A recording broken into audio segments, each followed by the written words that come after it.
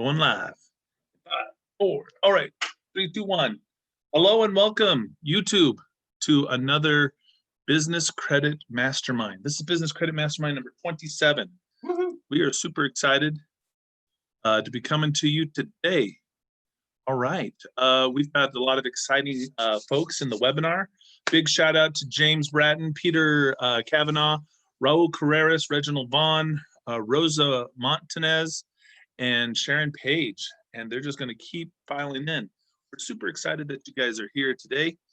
And we are going to just jump in and get started right off the bat. Let me share my screen. And let's go ahead and start the PowerPoint right up. Get that fired up and let's get going. Let's share the screen. And what are we talking about today, folks? We got a lot of great stuff we're talking about today. Talking about credit banking and the search for the lost American dream. Today, we are going to be covering credit, personal credit. We're going to be talking about lines versus loans and how to calculate interest-only payments. We're going to be talking about how to calculate mortgage interest. We're going to be looking at amortizations. We are going to really be diving in and looking at a lot of math tonight. It's going to be really good because we're going to learn a lot. Let's get started right off the bat with a disclaimer, Mr. Fleming. I'm not licensed attorney, account, financial advisor, any broker. Thank you. And folks, do your own due diligence, okay? We go over that each and every week. We're going to present you information. It's general information in scope. It's up to you to do your own research and make sure that this information will work for you. Now, my name is Joseph Smith. This is Ray Fleming. We are the Wise Guys in Ties. I am not wearing a tie or a coat today because I live in Arizona and it is hot today. And so I don't want to turn into a sweaty mess live online today. So I'm going with my short sleeve shirt. I hope you'll be okay with that. Now, our contact information is up there on the screen because we are wise in the ways of helping you understand personal finance, business finance. We're wise in the ways of helping you eliminate your debt and implement strategies that can really help you build and create wealth. And today is a focus that we are going to go heavy into looking at lines and loans. It's all about the credit banking strategy. So what is the credit banking strategy? Well, simply put, credit banking uses lines of credit to free up cash flow to transfer highly expensive amortized loan interest into simpler and less expensive forms of interest. I mean, that is what we are essentially covering today. This has the effect of radically decreasing the total number of loan payments, which in turn reduces the total amount of interest paid, which has the result of aggressively paying down the principal loan balance in about 1/3 the time. Now, this is my own definition of credit banking, but the point is, and what we're going to try to make tonight, is the benefits of how we use lines of credit versus how we use loans. Now, why credit banking? Because of rapid debt reduction, increased monthly cash flow, increased cash availability, creates financial independence, maximizes your real estate returns if you're a real estate investor, and well, everybody should be investing in real estate. It reduces stress, and you become more attractive to your spouse. And that is a true story, all right? But we don't have time for that today. Now, why doesn't everyone do this? Well, they don't know about it. Many banks discourage it. Mainstream media doesn't understand it. Financial advisors have never heard of it. Dave Ramsey's didn't teach about it. Susie Orman didn't write about it. Mom and dad didn't do it. Her broke cousin said not to.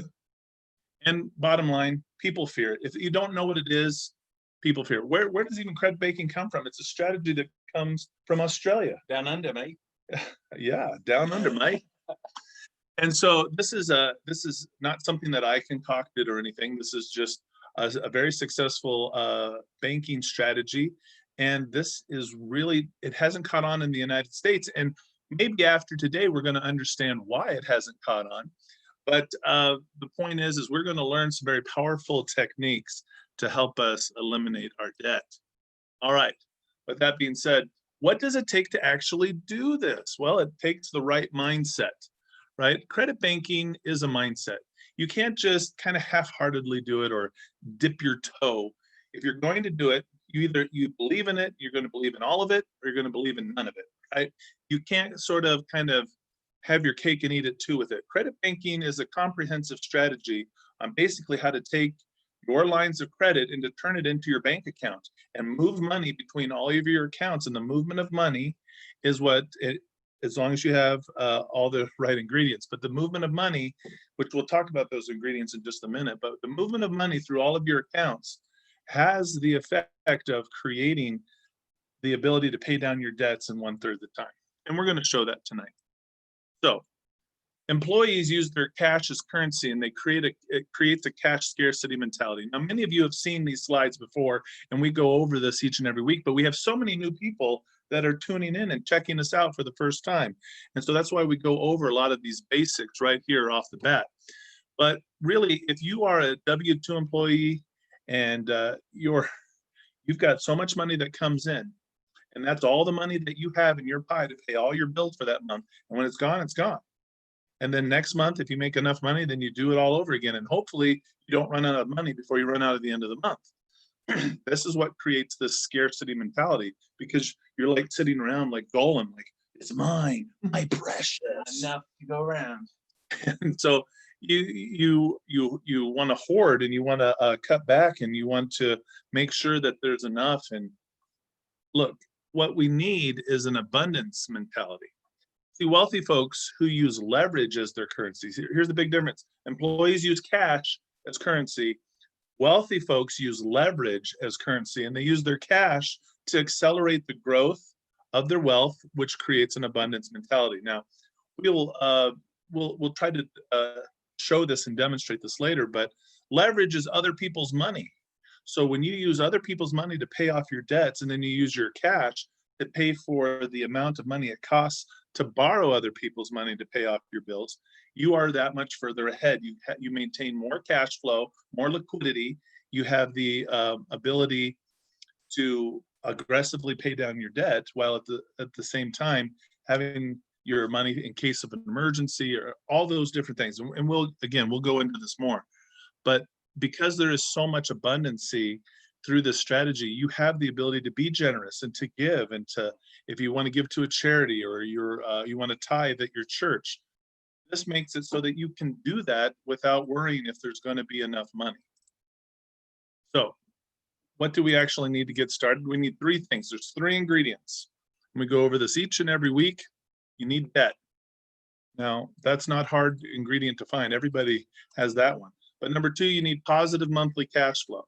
And last week, so each week we talk about this credit banking strategy. We break it down step by step into more bite-sized portions.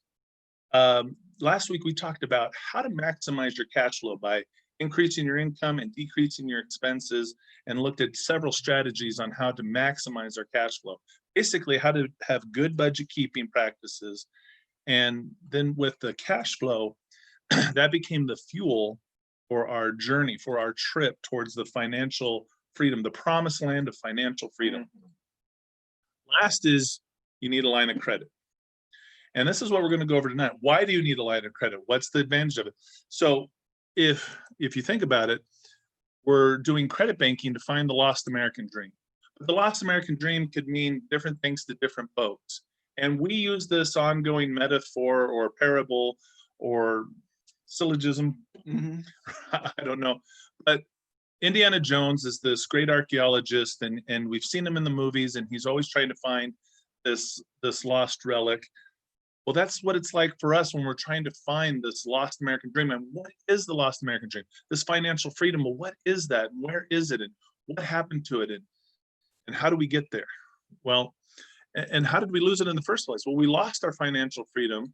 What keeps us from it is our out of control debt. I mean, you can do everything right and still end up out of control debt. You can go to school to get good grades, to get to college, to go get your degree, to then get your job so that you can go get the house and the car and the wife and the kids and the whole thing. And then you end up hundreds and hundreds and hundreds of thousands of dollars of debt. And the money you're making at your job is not even enough to service that debt. So this is really where we have a lot of issues. So Dr. Jones, our famous archaeologist, very learned man, does everything right, studies everything, and still ends up in trouble. That's what it's like for us. So we have got to figure out a way to not only get out of debt, but achieve this financial freedom. This means that we need a map. We need a way to get there, right? So there are pieces to the map. Last week we covered budget. Today we're going to go over lines versus loans. And then the next week we're going to actually cover the credit banking strategy. But before we go over the actual strategy, we have got to get everything together. We've got our pieces of our map. We've got from last week, we've got our cash flow, which is like our fuel. And then today we're going to be looking at lines versus loans because we've got to pick the right vehicle to put our fuel into that can then take us to the promised land of financial freedom. But the next week, we're going to learn about the credit banking strategy, which is like the GPS. Like it helps guide us and helps us avoid the pitfalls.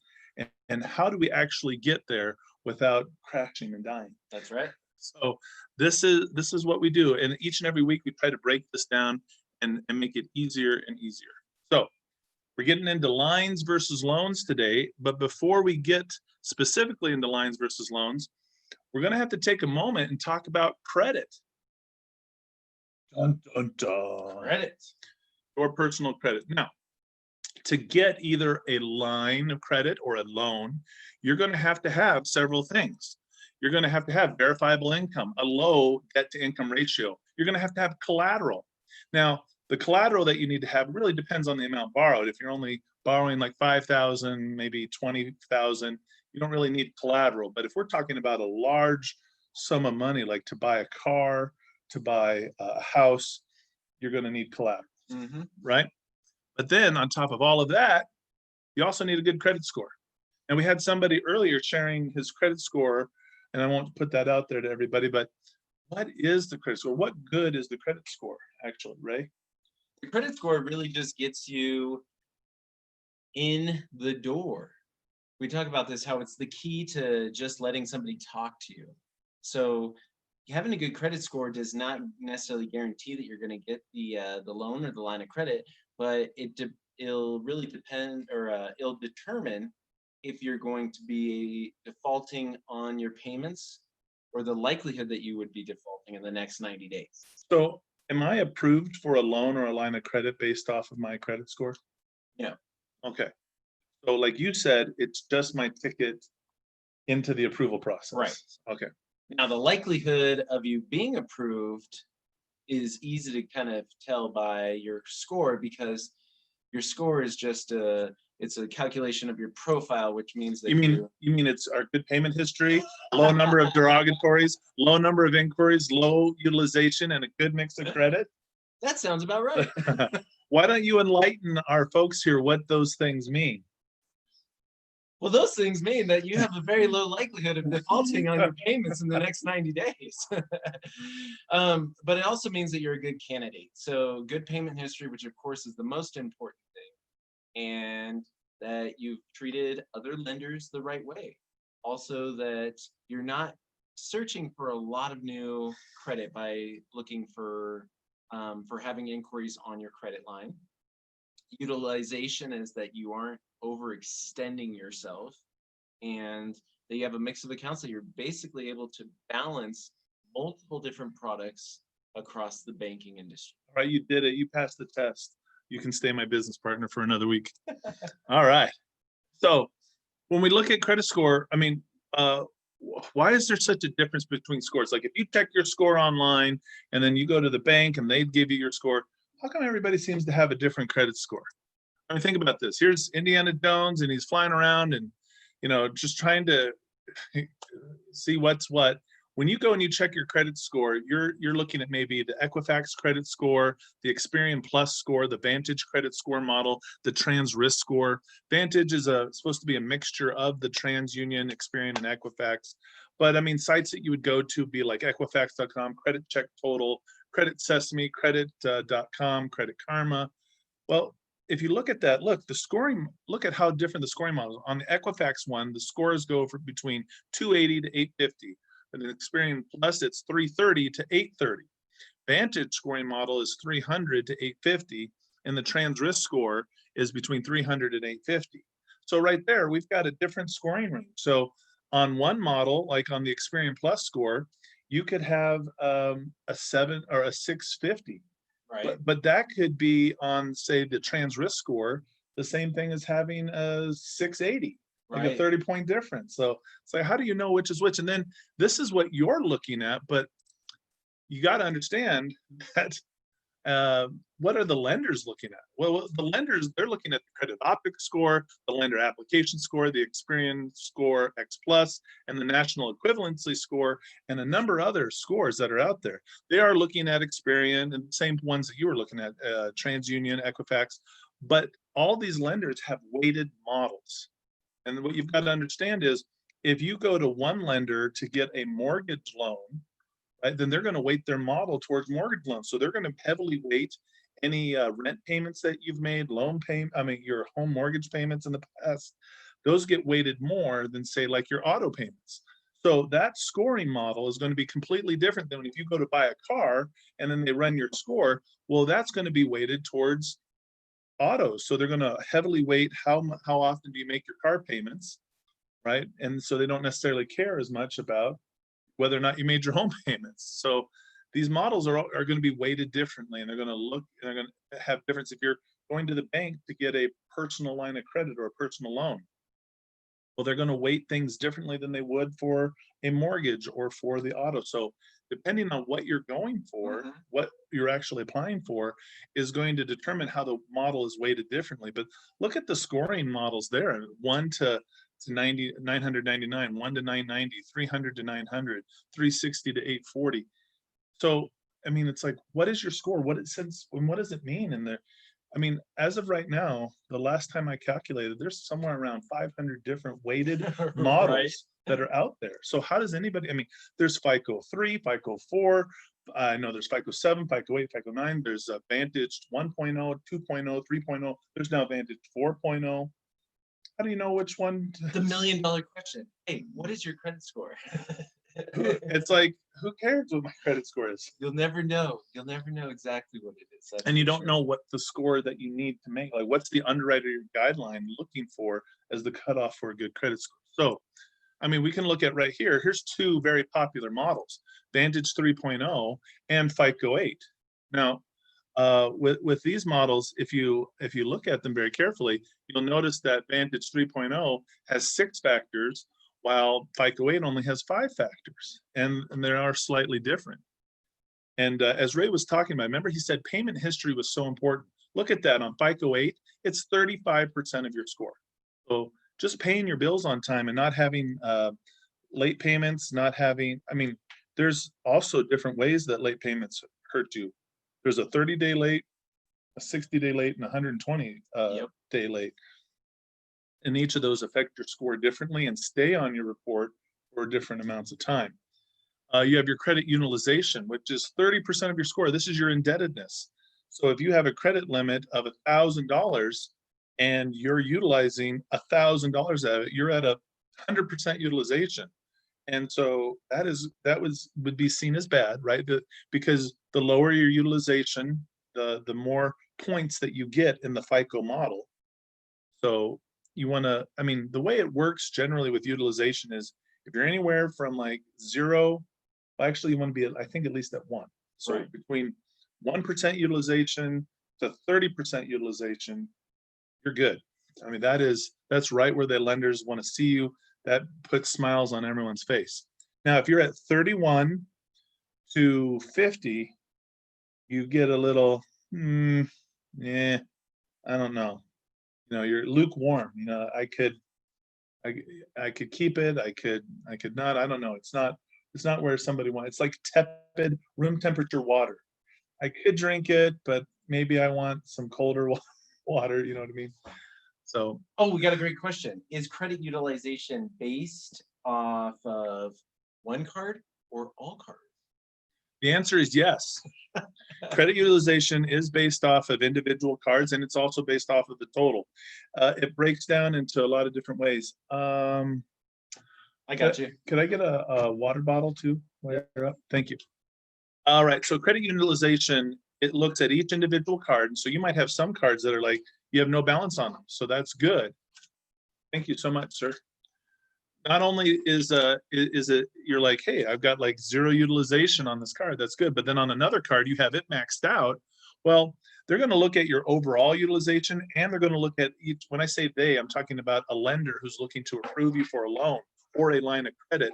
They're going to be looking to see what you qualify for. And when they look to see what you qualify for in terms of your utilization, it's going to be here. If you just hand me the white cord right there, I can take care. I'll just plug it in the computer. Oh, hey, oh, all right. Perfect, perfecto. All right, folks, technical difficulties here, but we are just solving them on the fly as we go. Sort of like, I'd like to find a way to tie that into utilization if I could, but I can't. Utilizing your charging cable. I am, I am. So so it doesn't die. All right. So here's the point though that I want to try and bring home. With utilization, you have to. This is such a key critical component. So yes, they will keep an overall look at your utilization across all your cards, but they're also going to look at the utilization on each individual card. And so it's sort of like the way we talked about the credit score. The credit score kind of gets you into the door of the approval process. So your overall utilization gets you into the approval process. But as they look to approve you, they are looking then at each individual utilization. So if your overall utilization is well above 50%, and we're not even going to bother to look at all those individual cards. But if your utilization shows, oh, you're maybe under 30%, well, let's go ahead and take a look, and we see you've got 6 cards, 0, 0, 0, 0, 0, and then 100% utilization. We've got a problem. You know, Houston, we have a problem. And so you're going to want to distribute, or they would want you to distribute that debt evenly, or at least get all of your cards individually under the 30%. Another thing with utilization is they actually look at utilization over time, because a lot of people, they might have been totally maxed out, and they've been maxed out for a long time. Maybe, and then all of a sudden they got a big, huge payday or an inheritance or something came in, and then they just wiped out all their debt. And then now they got all this wiped out. Now they go to apply because all their utilization looks to be, you know, squeaky clean. Right. But so again, the overall utilization says, okay, well, let's take this to the next step. It's looking good. Okay, then we look at each individual account. Okay, utilization looks good. Now we look at the history of your utilization, and then we see, oh my gosh, for the last 24 months, you've been maxed out, and you just last month paid this all off. Red flag, warning, warning, danger, Will Robinson, danger, right? So they're going to sit there and they're going to have to weigh that as to whether or not they want to take a risk. They might still take a risk, but it might mean that they might approve you for a lower amount, or they might still give you the amount that you want, but now you've qualified for a much higher interest rate or a shorter term, right? Depending on what you're applying for. Okay, moving right along, we're talking about age of accounts. Age of accounts, that's 15% of your credit score.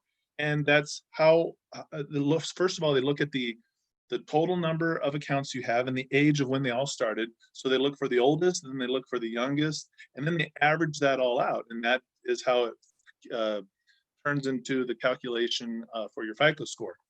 Every time you open a new account, you lower the average age of accounts across all of your accounts. And anytime you close an old account, you again lower the average age, and that is bad, because what they're looking for is they want to see that you have accounts that have been there for a long time. Now, 10% of your score is calculated, it's called mix of accounts. Well, what do you mean mix of accounts? Well, there is what they calculate to be a good mix of accounts, and that's, I'll tell you what the answer is, and then I'll explain it. A good mix of accounts would be having a home loan, maybe 2 auto loans, a personal loan, like say a personal line of credit, and then 2 credit cards, right? So you have 3 different lines of credit, 2 may be credit cards, and 1 might be an actual line of credit, either second mortgage, home equity line of credit, or a personal line of credit. Maybe it could be a student loan, but they want to see a good, healthy mix of accounts. Now, that is because, well, I guess the best way to demonstrate it would be to use my friend Ray Fleming here as a demonstration. Let's say this young buck's in college, Mr. Ray Fleming, Mm-hmm. and he qualified for one of them their college credit cards with a $500 limit. Ooh, fantastic. And he hasn't really done anything, but he's got his $500 credit card and he's got a stellar credit score. Now over here on my side, I've got the home mortgage, I've got the 2 auto loans, I've got 2 student loans, and I've got 3 credit cards. Well, if anything goes wrong, like if all things being equal, I have the same credit score as Mr. Fleming. Let's say we both have a 700 credit score, and we're both applying for a brand new loan. What is the likelihood that this is what mix-up accounts tells lenders? What is the likelihood if anything goes wrong with Mr. Fleming over here and his $500, his one $500 credit card? What's the likelihood that he would just walk away from that and say, you know what, screw it, I'll just start over? Versus me, what's the likelihood of me with my home and my 2 autos and my 2 student loans and my 3 credit cards? What's the likelihood that I'm just going to walk away from all that debt, lose my house, lose my cars, lose my job, lose all of that, right? So the more healthier my mix of credit, the more stable I am, the more lendable I appear to be, the more somebody would want to give me credit versus somebody who has only one credit account and not a healthy mix and could easily walk away from that one line of credit. So that's what mix of accounts comes down to. And then the last one on the FICO is inquiries. And inquiries, a lot of people have a lot of confusion over inquiries because, you get an inquiry on your report and then they see that as, well, that's bad. Oh, I got an inquiry. And yes or no, it could be bad. I mean, what's an inquiry for? How would you define an inquiry? An inquiry is simply, it is it's somebody checking in to see if they should extend you a line of credit. That's really what it is. And so when there's an inquiry on your profile, that means that someone is potentially lending you money. Mm-hmm. Right. And so that's not necessarily a bad thing. I mean, it is assumed that if you have credit, you're going to use your credit. So with an inquiry, and the way that they're used, you got to think of an inquiry is it's more about volume over time. So if you have a whole bunch of inquiries in a very short period of time, that's what's really bad. But if I have an inquiry maybe once a month, or not even once a month, let's say once every quarter, every 3 months I have an inquiry, that's not really going to really hurt my credit score in any significant way. But if over the last 2 weeks, my credit's been pulled 6, 7, 8 times from all these different lenders, and then I come to you looking for credit, I'm starting to look like somebody who's desperate for money. And as a lender, when you pull my credit score and you see that I went to Wells Fargo, Bank of America, US Bank, right? And I'm just going down the line, and Compass Bank, going to all the BB&T, right? And I'm going to all these different banks. And you see all my credit's been pulled all these times. You don't know if I got approved or if I got declined. And you have to treat it as if I either got approved for all of it or I either got denied for all of it. And think about this. If I'm coming to you and you're the 6th, 7th, 8th lender that I'm coming to, and you see this string of all these approvals, you know that if you decide to approve me, that I have already got money from 6 or 7 other people ahead of you. That puts you in a very low priority in a pecking order for me to pay you back. Or you have to assume that I got denied all that credit. And here you are thinking, well, I might extend you a line of credit, but if all these other 6, 7 other banks said no, what is it that they know that I don't know? Right. So if you have a lot of inquiries over a short period of time, that is something that is really scary looking to a lender, that they're going to run away from that. So there are some people who, if you go car shopping, and let's say you go to several dealerships over the weekend, that's okay, because after the way the FICO score is calculated, they're going to take all those auto dealerships and convert it into one inquiry over that weekend, right? And same thing when people go mortgage hunting or mortgage shopping, they realize that, over a couple of weeks, you're going to be looking maybe at several different lenders. So they'll condense that down into one inquiry. But ideally, you want to stay under, in a 6-month period of time, you want to stay under 4 inquiries. I think that that's really important. So so this is how the FICO score is calculated. Over there on the Vantage credit model, they have available credit as how they calculate. So not only are they looking at what maybe your utilization is, but they're looking for, oh, how big are your lines of credit and how much is available? And so that is that's another scoring focus or dimension of the Vantage 3.0 model. But if you really think about it, because there are so many different models out there, how do we know I mean, the difference between these two models, your score in one and the score in the other, it could be the difference between getting approved or denied. And then we go, well, wait a minute, I thought you said the score doesn't determine whether we get approved or denied. That is true. The score doesn't determine whether you get approved or denied. It's what it makes up the score. Your payment history. I mean, do you have a lot of derogatories? I mean, are there a lot of collections in your past? Do you have a bankruptcy or foreclosure? Your credit utilization. How in debt are you? Your age of accounts. Have you closed old accounts? Do you have a whole bunch of new accounts that you've just opened, right? Your mix of accounts. Do you only have one credit card or a couple of credit cards versus a whole bunch of credit cards and loans? And then, of course, your inquiries. How many inquiries over the last 6 months is typically what they're looking at. I mean, credit inquiries stay on your credit report for up to 2 years, but they only affect the score for up to a year. But lenders really only look at the past 6 months. So that's really how inquiries kind of work there. So as you look at all that, it's not the score on any of these models that's necessarily what determines whether or not you get approved. It's how you're managing the factors. So if I know that a lender, for what I'm doing, pulls a FICO 8 model, and I also know that, let's say, they're going to weight it towards, say, auto loans, then I'm going to look at my payment history, and then I'm going to get more credit for every time I make car payments, right? and but they're going to look at my utilization and everything, and so I have to look at each of these individual segments and manage that. So it doesn't matter what the score is. If I can handle paying my bills on time, if I can keep my utilization low, if I can never close any of my accounts and always leave them open and in good standing, if I can have a mix of good accounts that I've left open, as well as keep as few number of inquiries that I can over a 6-month period of time, I know by those behaviors, regardless of the scoring model, I am going to be credit worthy. And so that's the whole point of why I went over this, is so that you can understand how, I mean, because credit is such a huge part as to whether or not we get approved. So people talk about, well, my credit score isn't where I want to be, so what about credit repair? Well, credit repair, you know, what is the definition of it? Credit repair is the act of systematically disputing errors, inaccuracies, and unverified information that appears on your credit accounts for the purpose of having them deleted. That is how a lot of people go about getting their credit score repaired and fixed, and you hire people that help you with that, or you do it yourself. That is a legitimate way, especially if you've got a lot of inaccuracies that are really weighing down your report, or you've got some stuff that you've disputed and it should be removed, but it hasn't been removed.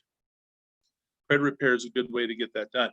But I also want to put forward that another way to get credit repair done in a very fast way is credit banking. Now, if we go back and we look at that model here, what credit banking does is it floods the zone of payment history. So when you look at payment history and all of a sudden you now start running everything through your lines of credit, right? That means if I have a cell phone bill that needs to be paid, I am paying it with a credit card. Then I am moving money from my line of credit into my checking account, and then I'm paying off that I'm paying off that credit card that paid off the bill. And then when I get paid my income, I put it into the line of credit. Now, what happens when I move my money all in that way, I've taken one bill and created 4 different payment experiences. And I do that same thing with all my other bills. Now, all of a sudden, my payment history has like 4x'd itself. All of a sudden, I've flooded the zone with so much payment history that even though there could be some negatives in my payment history, I am diluting the payment history zone, that 35%. And so it has the effect to gently help me increase my score just by utilizing the credit banking strategy. How long does it take to actually, through good credit management, have your score go up? Well, I have to tell you, the reality is it takes time to build a good credit score. The way in which personal credit is reported and calculated does not allow for building your credit quickly. You must be patient. Because if you get that $500 student credit card, right, and you're like, oh, I need to have a whole bunch of accounts. Well, as soon as you go apply, and if there is somebody else that wants to give you a line, they look at what your previous line is. Oh, you got 500? Well, then I'll give you 500. Or you say you applied too quickly for the next line. Whoa, you just got a $500 line? Maybe I'll give you 250. And so it's like, oh, I'm going in the wrong direction. I want my credit lines to increase. Right. So you have to, when you have a line of credit or a credit card, you need to use it every month, and you've got to pay it down more than what you put onto it every month. You've got to keep your utilization under 30%, and you've got to do this month in, month out, month in, month out. And about every 6 months, you can call up your creditor or your lender if you want, and see if they'll give you a credit limit increase. Keep in mind that that usually costs you an inquiry to do that. However, if you only have one credit card, one inquiry, not a problem. But if you're patient and you just keep doing this month in, month out, somewhere after a 6-month window of time, could be in the 7th, 8th, or 9th month, you could get an automatic credit limit increase because of the computer underwriter that the lenders use. And this is good because as your credit lines increase and you want to get them, initially you might get $500, you want to get that up to 1,000, then 2,000, then 3,000, 5,000, 8,000, 10,000, 12, 15. You want to get those all the way up to hopefully 25,000 if you can, because it is possible to do that, to grow your score that way. Now, when you do that, and then you go to apply for more and more lines of credit, and they're going to see your huge line of credit that you have and the good history that you have with it, then they're going to give you more lines of credit at higher limits at lower interest rates because you're going to be low risk. So it takes time to do that, which is why when we ask, what's your credit score? And you think of what that number is, and you think, well, I need, and say your credit score is 500, and you want it to get to 700. But that's not something you can do this week, this month, over maybe even the next 6 months. It takes time. And the more you try to speed up the process, the more you hurt yourself. And that's what a lot of people don't realize about credit. Good stuff. Absolutely. Now, moving right along, as we talked about credit, because credit is what is necessary for us to get either a line of credit or a loan. Now, let's discuss the differences and the similarities. Actually, these are all differences between lines of credit and loans. First of all, the first difference is that with a line of credit, your payment is based on the average daily balance. But on a loan, your payment is based on the fixed loan. Okay, so average daily balance, that's APR, and the fixed payment is based off of the loan, which is amortized a completely different way, and we'll discuss that. But so how you make your payments are different. Now, lines of credit can have variable rate interest, but loans can have fixed or adjustable rate interest. So fixed is obviously better on a loan, but adjustable rates are like the variable rates on a line of credit, except for usually with the adjustable rates come extra points based off of the total amount borrowed. Whereas the line of credit might have a variable rate that increases over time, but it's always going to be based off of some kind of index. Now, another difference between them is lines of credit are simple interest and loans are simple interest.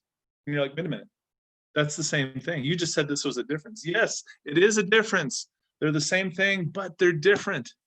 Lines of credit, simple interest, how do they pay that back? It's all on how they're amortized. So we can both say they're simple interest. We could both say they have an APR, but if I amortize one a different way than I amortize the other, then it's totally different on how they cost. Now, again, people say, well, it's not different if you look at it over the term. The term is how long it takes to pay back. Exactly. That's exactly the point. So what we are going to do with lines versus loans is look back, how expensive is the line of credit from day one? How expensive is the loan from day one? And then over time, how expensive are they? Because lines of credit over a long period of time are way more expensive than loans.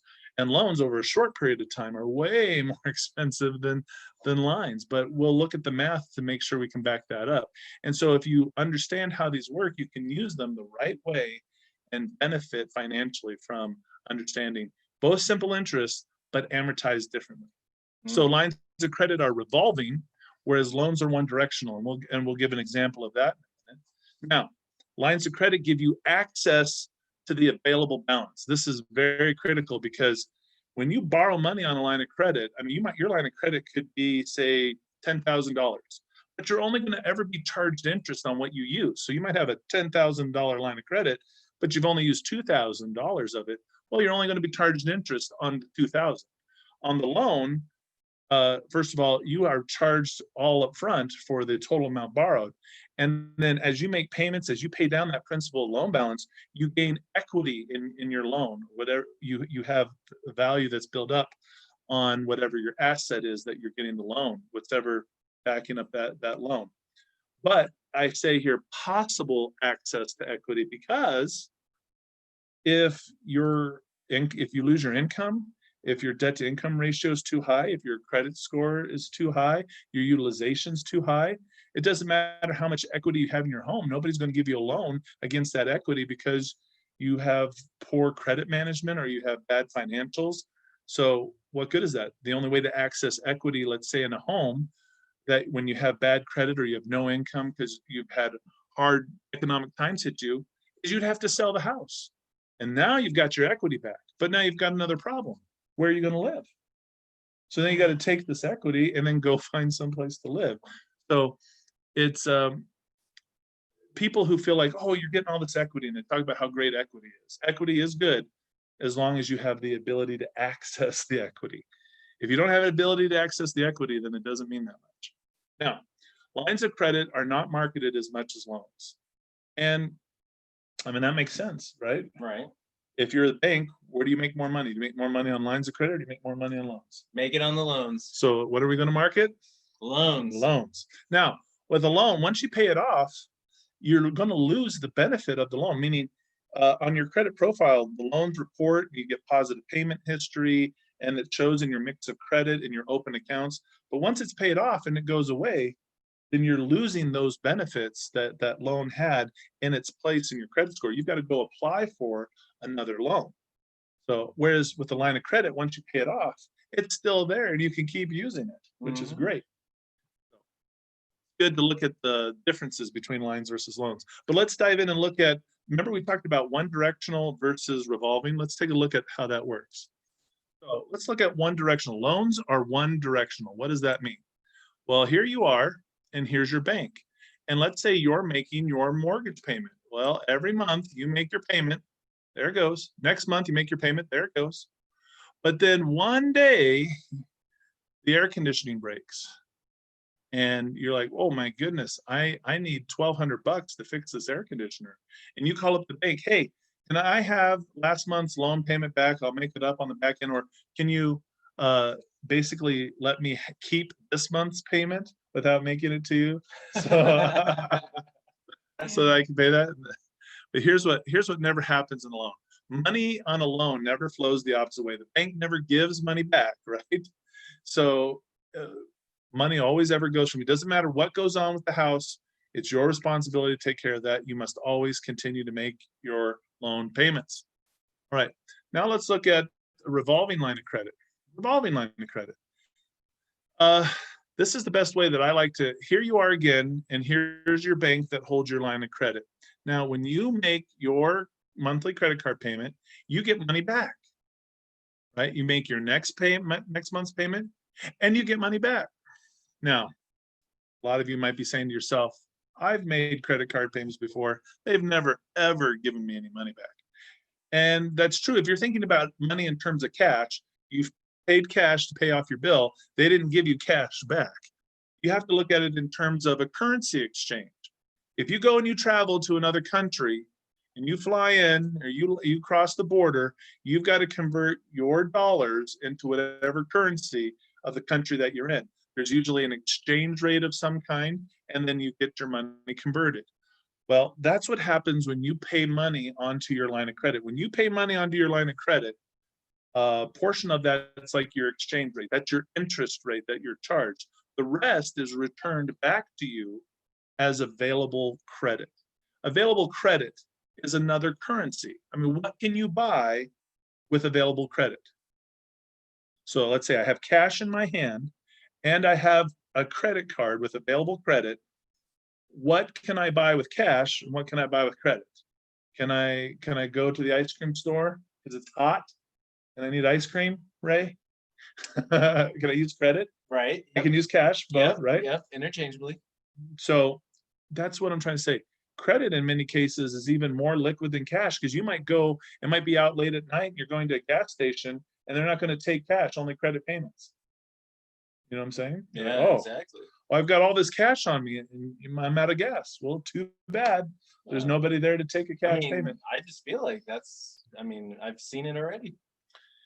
Credit is becoming more liquid than cash these days. And so it's good that if you make your payment onto your line of credit, and then the majority of that comes back to you in available credit, you've just converted cash into available credit that you can use again. All right, that being said, it's time to do some more learning. It's time to use our noggins. Now, we're going to try to figure out if you needed to borrow $10,000 and you need it today, right? You'd have no time to wait. Would you rather pay 21% interest on that 10%, or excuse me, on that $10,000, or would you rather pay 6% interest? And let's just say it's simple interest on both, 21% simple interest or 6% simple interest, 21% APR, 6% APR. Which one would you rather pay? Well, I think all of us who are trying to save money would say 6% because we don't want to pay more than we have to. But the real answer is it depends on how the interest is amortized. And let's take a look at that.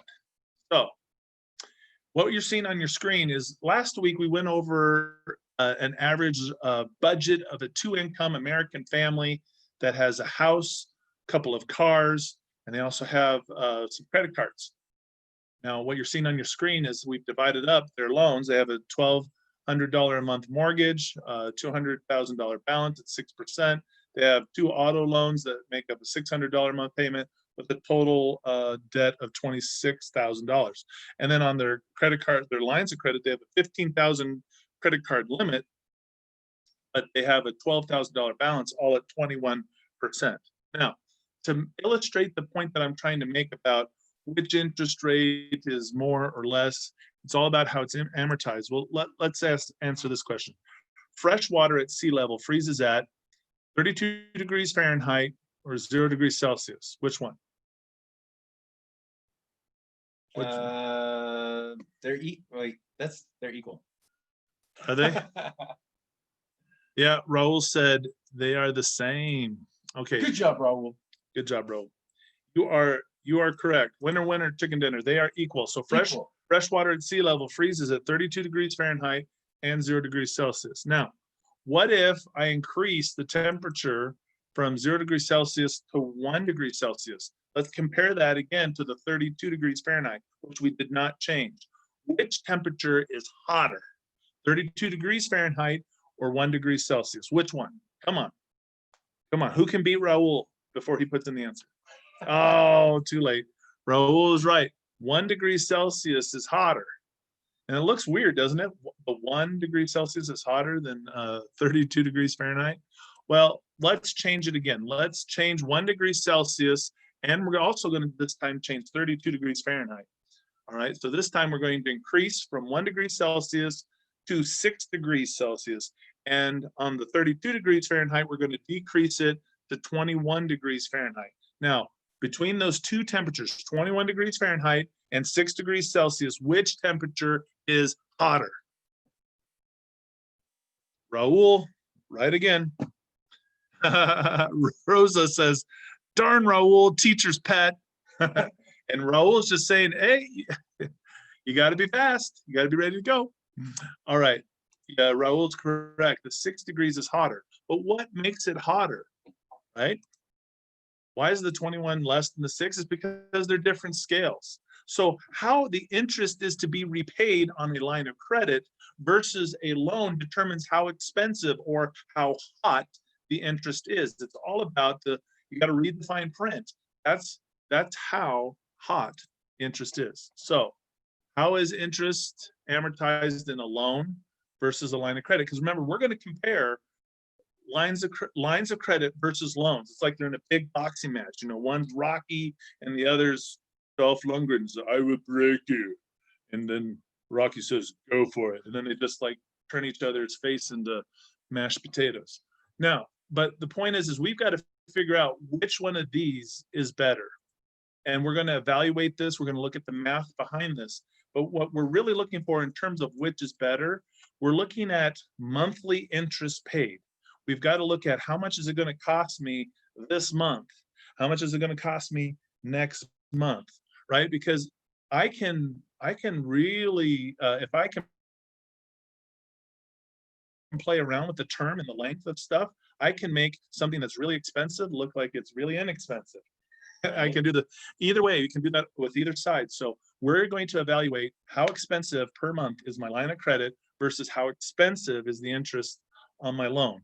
And if we can figure this out, we will pick the right vehicle that we will use to next week do our credit banking strategy. Because if we have the right vehicle that we can put our cash flow into, we can use it to obliterate our debt. So let's look at the line of credit interest. How are we going to calculate this? Well, it's non-amortized, interest only. When you see interest only, it's all based. So you're going to take your daily periodic rate, and that's going to be equal to your annual percentage rate divided by 365. That'll give us our daily percentage rate, which we're going to use in another form of the equation. But typically, with a line of credit or a credit card, you will have a minimum monthly payment, and it might include some principal pay down, and we can look at that as well. But a lot of times you'll get just interest only, right? And we're going to deal a lot with interest only because if we are going to overpay on our line of credit, what we will actually be charged will be the interest only on that line for that month. Got it? Are you with me? Clear as mud. Are you picking up what I'm laying down? Clear as mud. No. But yeah, it is. That's actually spot on. That was really good explanation. Average daily balance. Okay, this is where it's kind of confusing. So when you look at your billing cycle for a line of credit, how many days are there in a billing cycle? 30 days, 31 days, 28 days. It's going to be one of those.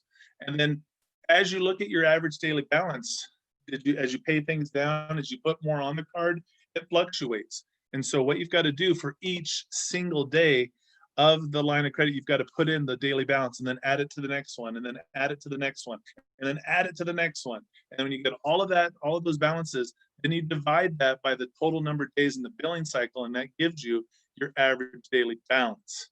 All right, so hopefully you're following along. So before, we were calculating our daily periodic rate, and we had to use our annual percentage rate, our APR, right? So we were at 21% APR, you hear that, or 6% APR. Right. You've got to know what your APR is, and you got to divide that by how many days are in the year.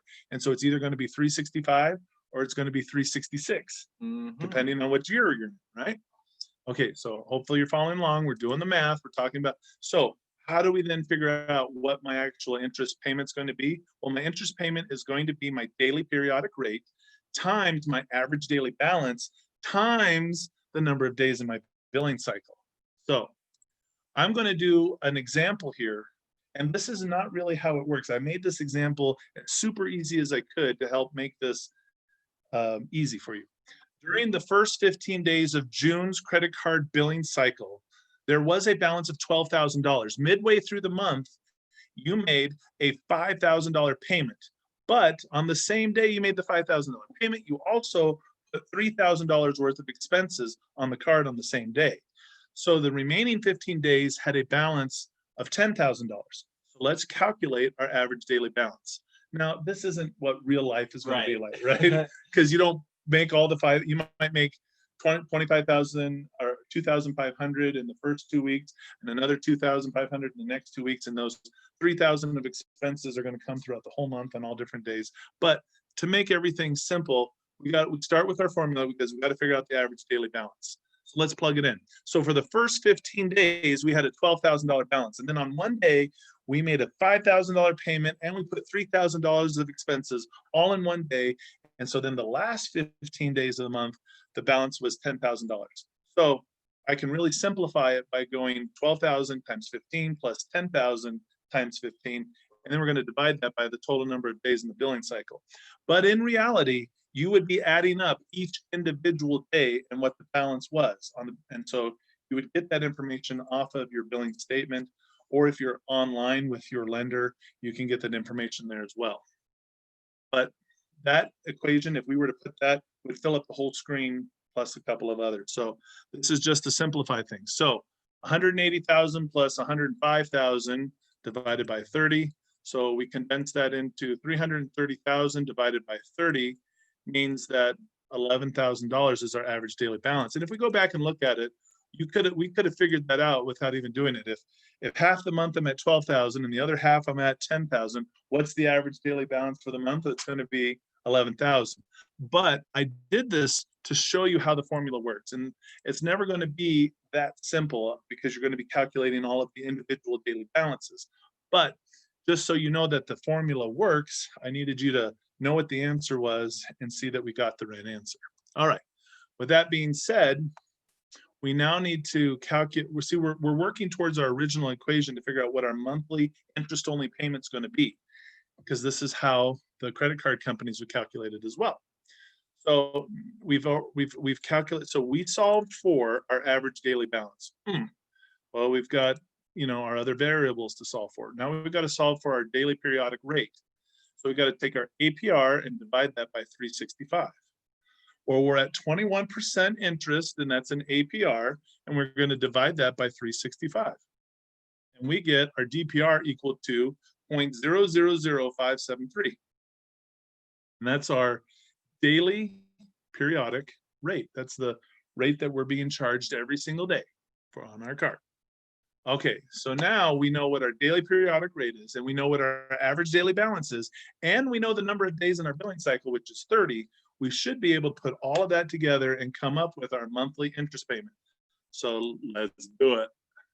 So again, here's our 0.000573, which is our daily periodic rate, and we're multiplying that by $11,000, which was our average daily balance, and we're multiplying that by the number of days in the billing cycle, which was 30, and we come up with $189.86.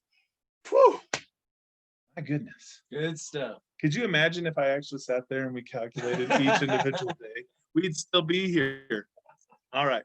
So now you get a feel for what the interest-only payment would be if our balance was $12,000, right? What would the interest-only payment be on $12,000 at 21% interest? It'd be $189.86. Now, that's, I think it's pretty good. Yeah, it's not too bad. I mean, to be able to leverage 12,000 for 189 a month. Yeah, if you give me 12,000 of your dollars, I'll rent that from you for $189 a month. That's basically. As long as you're making money with that. Yeah, I guess so. But we also need to look at amortized principal and interest payments. So we talked about interest-only payments, which are non-amortized. Now, what happens when we amortize? What happens when the credit card says, yeah, you've got to pay interest, but we also expect principal pay down every month? So this is what the equation would look like. Your monthly payment would be equal to your principal balance times your interest rate as an APR, divide that by 12, plus your principal balance times whatever the percentage of principal pay down your credit card requires. You got to look at the fine print. Could be 1%, could be 5%, or somewhere in between. I mean, it really varies. So just got to read that fine print to know. But let's plug this in. So if we have a $12,000 balance at 21% interest, we divide that by 12, plus we need to take $12,000 and multiply that by 3.25, because that's how much of the principal we have to pay back every month. Then we can solve for what our minimum credit card payment is going to be. So as we convert from 12,000 times 21% is going to be 2,520. And 12,000 times 3.25% is 390. So now all we have to do is divide 2,520 by 12, and then we'll add it to the 390. So what we have is $210 plus $390. Now, if you think about that, what you're seeing is that's interest plus principal. So in this example, look how you're paying more interest just Right. using the APR, just the base APR. I would be like, can I use the daily periodic rate? Because I'm going to be saving myself $20 right off the bat, right there. But you gotta take a look at all of these things and know what you're paying. So the monthly payment on that credit card would be $600. Now, at this rate of paying down a $12,000 balance with a 3.25% principal pay down, it would technically take 25 months. So why do I put it could take you anywhere from 2 to 30 years to pay off this debt? Because it just don't stop. We don't stop using it. I noticed that you got hot. It is. I mean, I think it was like 110 today. It was My hot. goodness, I know. It's so hot here, and you're like, you're in a suit today, bud. But you're absolutely right. You would have to stop using your credit card, not put anything on for 25 months, and you would pay just making your minimum payment, and you would pay that off. But I mean, what do we have credit cards for? For emergencies, right? And for major purchases in our life. Are you saying that you're going to be able to go 25 months of your life without any emergency? Not Highly not unlikely. typically. Highly unlikely. But let's look at how loans are amortized. So if you thought all those previous equations were complex, look at this one. I'm like, first of all, that like really hurts my neck just looking at that. Like I got whiplash. Like whoa, whoa, whoa. Right. So this is how you calculate your amortized monthly interest payment. This is going to be your beginning principal times, and you've got a really nice little fun equation here. You got to take your interest rate, divide that by 12, and take that quantity and divide that by 1 minus the quantity of 1 plus your interest rate divided by 12, all of that to the negative nth power, which n is expressed as your term in months. So if it's a 30-year loan, that's going to be 360 months. So this is a very complex formula, but we'll take you through it. So let's plug our numbers in for the loan. A $200,000 loan at 6% interest, right? So we're plugging in our numbers for 30 months. Let's see how we work through all of this. So we've got to take all of these and break it down, right? So we take care of our bracket first. So we went, if we look very carefully, we did 1 plus, so we did 0.06, divide that by 12, and then we added 1 to it. Oops, went the wrong way. And that came to 1.005. Okay, now what we do is we take 1.005 to the negative 3/60th power, right? And then we've got 0.166. Also, when we take 0.6 in the numerator there and we divide that by 12, that's what gets us 0.005. Now we still have to resolve 1 minus 0.166, and that's where we get 0.005 divided by 0.834. All right, and now we have to resolve that. We have to take 0.005 and divide that by 0.834, and that's when we get 0.006. Now to figure out our payment now on a $200,000 loan, we have to take 200,000, we have to multiply that by 0.006. And that's what gets us $1,200 as our minimum payment. And this is a fixed payment. So it doesn't matter how much you pay down your principal or your, whatever the term, however things fluctuate, your payment stays the same. Got it? I got it. But on a line of credit, as we continually pay it down, the principal loan balance changes, which changes all of our numbers. So on a line of credit, you've got to constantly recalculate everything. Your average daily balance, your principal loan amount affects pretty much how much interest you're being charged, all of that. So, and this is typically the way that they structure any loan. Yes, so you're right. So while we're looking at a home loan here, this is the same way that they would structure an auto loan, but they would base that off of usually a 5-year model, so 60 months. Although we have seen those go out to 7 years. Yeah, I think 84 months. I think I even saw somebody with an 8-year. I've heard about some as long as 10. Wow. Never seen one, but heard it. Well, take a look. This is an amortization schedule. So as you make your payments of $1,200, it breaks down into your principal and your interest payments. So as you look at month one, $1,000 goes to interest and basically $200 to the principal. Then month two, you're paying 990, like changes by $1 every month, right? And then you're paying 200. So the first one was 199. Now you're at 200. The next one you're at $998 to the interest, and then you're at $201 to the principal. And this is how it works. And then basically what happens is you take the whole amortization schedule, which is over 30 years, right? And you have to calculate how much interest will be paid. Well, there's a simple formula so you don't have to just add up all those numbers. So what you do is you take, to figure out the total interest paid over the life of the loan, you take the amortized monthly payment and you multiply that by the total number of payments, right? And then you subtract your beginning principal. So we have 360 payments that we're going to make, and our monthly payment is 1,200. So we're gonna figure out what the solution to that is, and then we're gonna subtract the original $200,000 to tell us what our principal is going to be. So over the life of the loan, you will pay $432,000. When you subtract $200,000, you will pay a total of $232,000 to interest. And here's what's great about that. If you look at a 30-year mortgage, that actually comes out to an average of 6% interest per year for 30 years.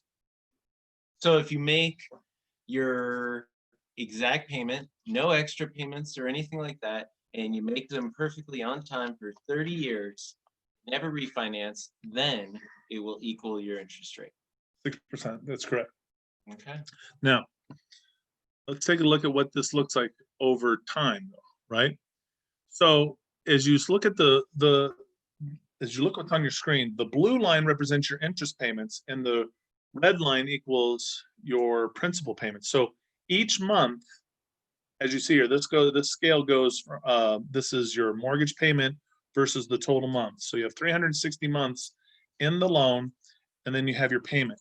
So what you're seeing is the payment never changes. So the payment's always $1,200, $1,200, $1,200 in the example that we're giving. But what you're seeing is what percentage of that payment goes to interest and what percentage of the payment goes to principal. So on payment number one, on the first month, over 83% of your payment, the interest of that payment goes towards interest, and less than 17% goes to the principal. And then the next month, each month it changes by like $1. And so really, as you watch this, you get 222 months into this loan when that's finally when the principal, the amount of money that goes towards the principal equals the amount of money that goes towards the interest. And then on the back side of the loan, it accelerates, so it really drops off. So, you know, your first 20 years or more, you're really paying more in interest than you are in principal. And then the last 10 years of that loan, 9 to 10 years of that loan is when you really accelerate putting more towards the principal than you do the interest, excuse me. So, I mean, that's all well and good. There's nothing wrong with a loan if you're going to live in the house for 30 years. I see no problem with that. Right. But here's where the problem exists. The problem exists right here on this dotted line that's right at the 60-month mark. 60 months, 5 years into the loan. What is happening 5 years into this loan? What happens 5 years in? Well, there's a few things that potentially happen. Okay. Let's see. We got any ideas, everybody? All right. All right. Yes. There we go. Oh, wow. Holy smokes. We got to cook. Refinance. Yes. Raul says refinance. Also, you could have a couple kids. Time to upgrade, get some more bathrooms, some more bedrooms. Right. Maybe you move jobs, and then it's time to relocate. Right. There's several things that could happen. Mom and dad could come live with you, and you need a mother-in-law suite. There you go. You get married, and then now you gotta get a bigger place or something. So, and this happens about every 5 to 7 years. This is where Americans are in most of their loans. Look at that. So if you see where you are in the blue line, you're still paying pretty high percentage of your payments are going towards interest. And you really haven't achieved a whole lot of equity because not a lot of money is going to the principal. And so when you refinance or you move, you restart this whole amortization schedule back at zero again. And this is why some people say, well, look, it's 6% interest. It's a simple interest. It's an APR averaged out over 30 years. But very few, less than 1% of Americans actually stay in a 30-year mortgage for 30 years to take advantage of that. What most people do is they continuously refinance. And who wins in the refinance? You get possibly a smaller monthly payment, but you stay indebted now for a longer period of time. So what do you want? To save a few bucks every month or to be financially free? Because this is a web here. Think about what happens to when you get caught in a web. It's sticky. It's sticky, and then the spider comes and eats you.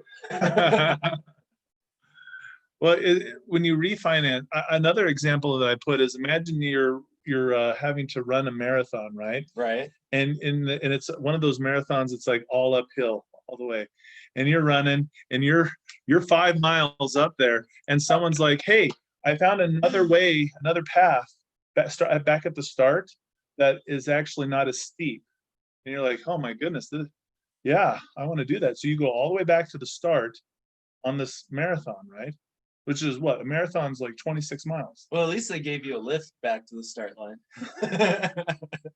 And then you start again, and now you're 5 years running this, and someone's like, wait a minute, I found an even easier one. A lower interest rate, we could drop it by a percentage. And you have to go back to the start.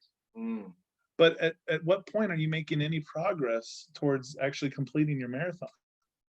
But while you go back to the start, let's also throw in the car, credit cards, and everything else. Any of those home improvements. So let's maximize it. Man.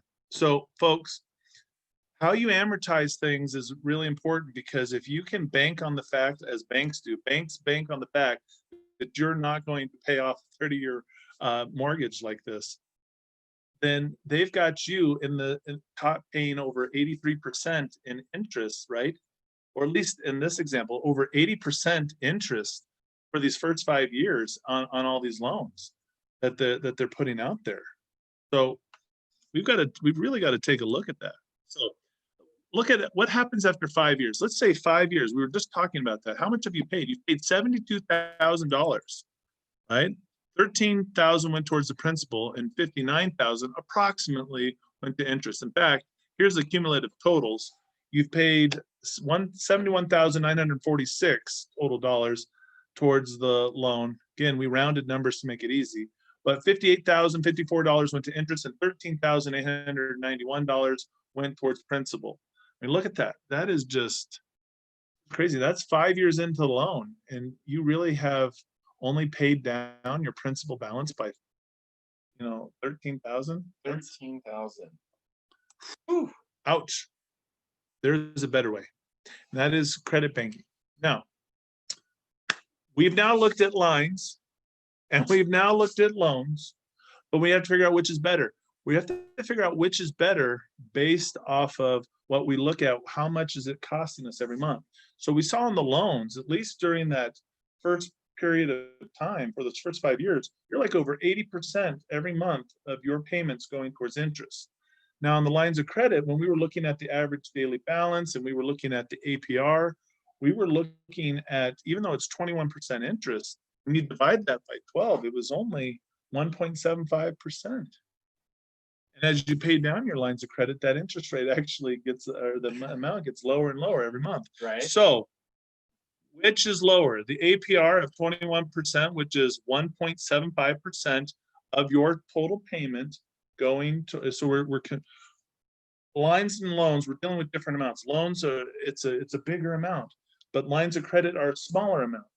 So the only way to really accurately compare that is look at how much percentage of your money is going to the bank, right? So in a line of credit at 21% interest, 1.75% of your payment is approximately going towards interest. But in the loan over the first 5 years, 83% of your payment is going towards interest.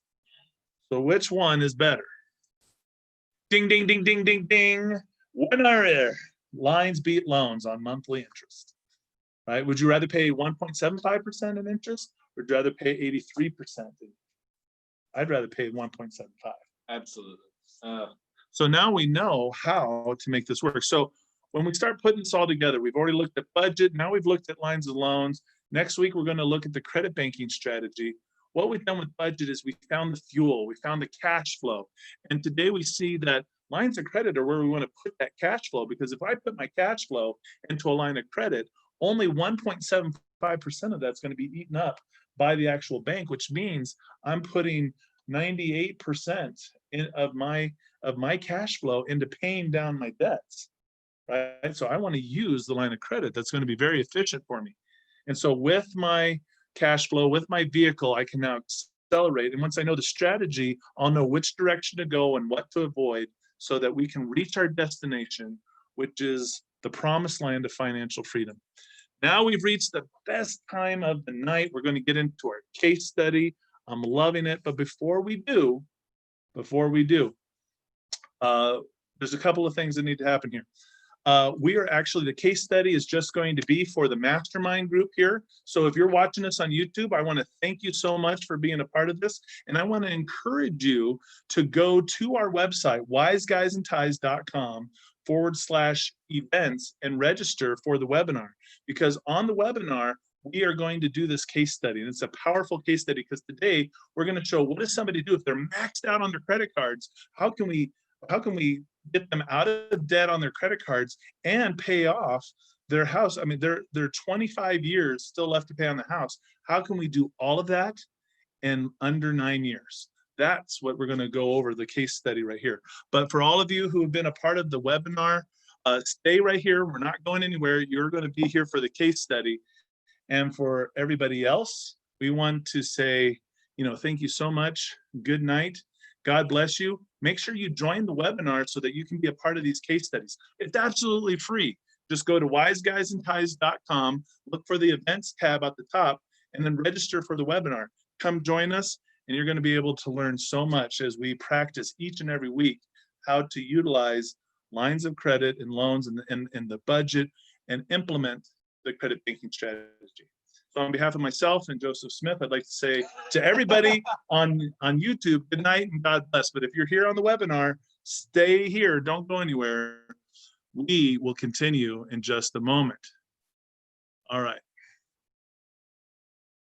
And so where do we go? It was so much easier when the buttons were right where they're supposed to be. All right.